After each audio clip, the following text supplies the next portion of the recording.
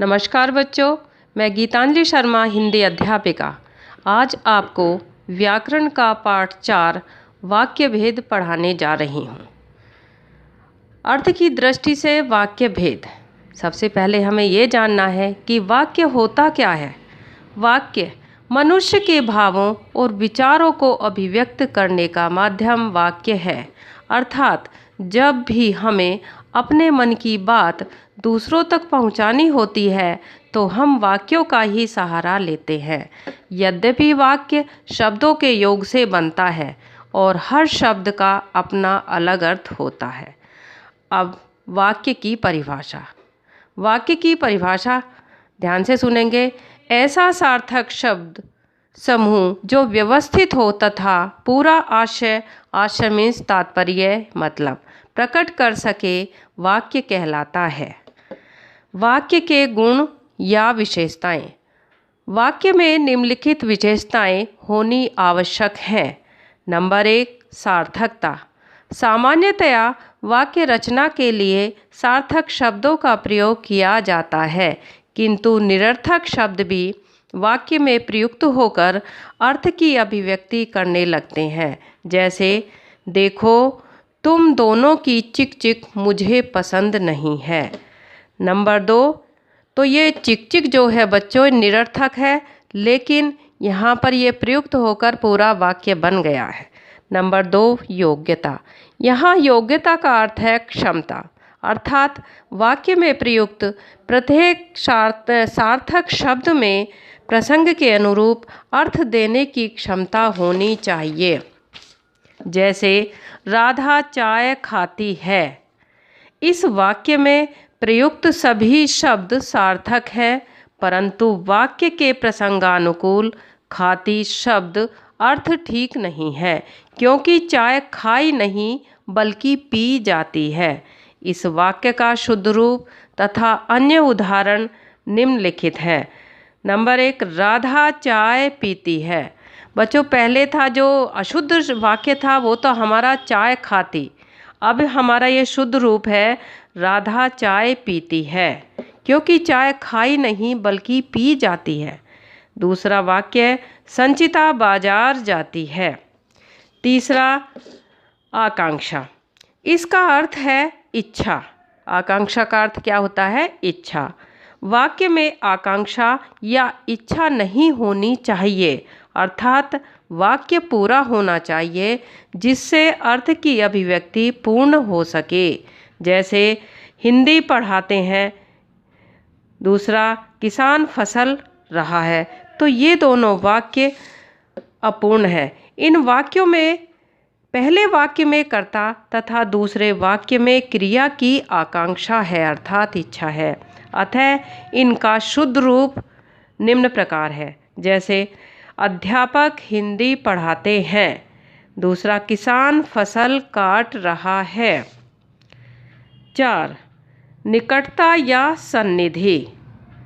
लिखते या बोलते समय वाक्य में प्रयोग किए जाने वाले शब्दों में परस्पर निकटता होना आवश्यक है।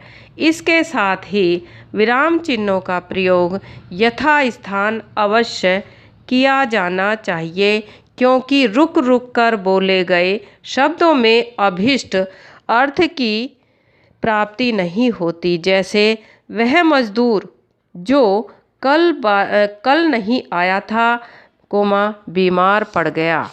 नंबर 5, पदक्रम।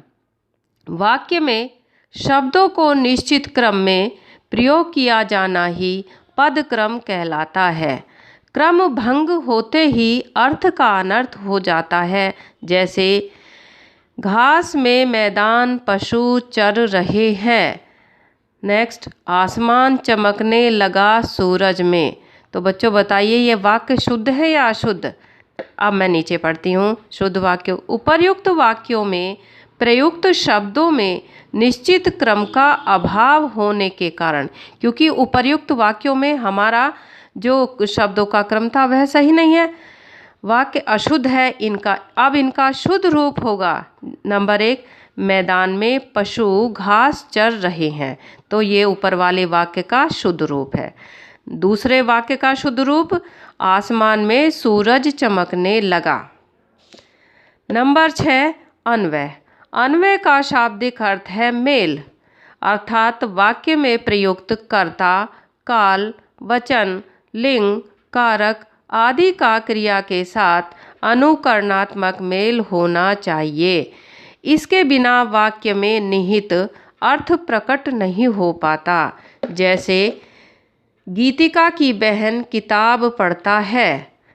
ये बच्चों सही है या रॉन्ग? अभी देखते हैं। नेक्स्ट, रोहन कल विद्यालय जाता है। उपर्युक्त वाक्यों में शुद्ध रूप नीचे है, क्योंकि ये दोनों ऊपर वाले वाक्य सही नहीं है। इनका सही रूप होगा गीतिका की बहन किताब पढ़ती है।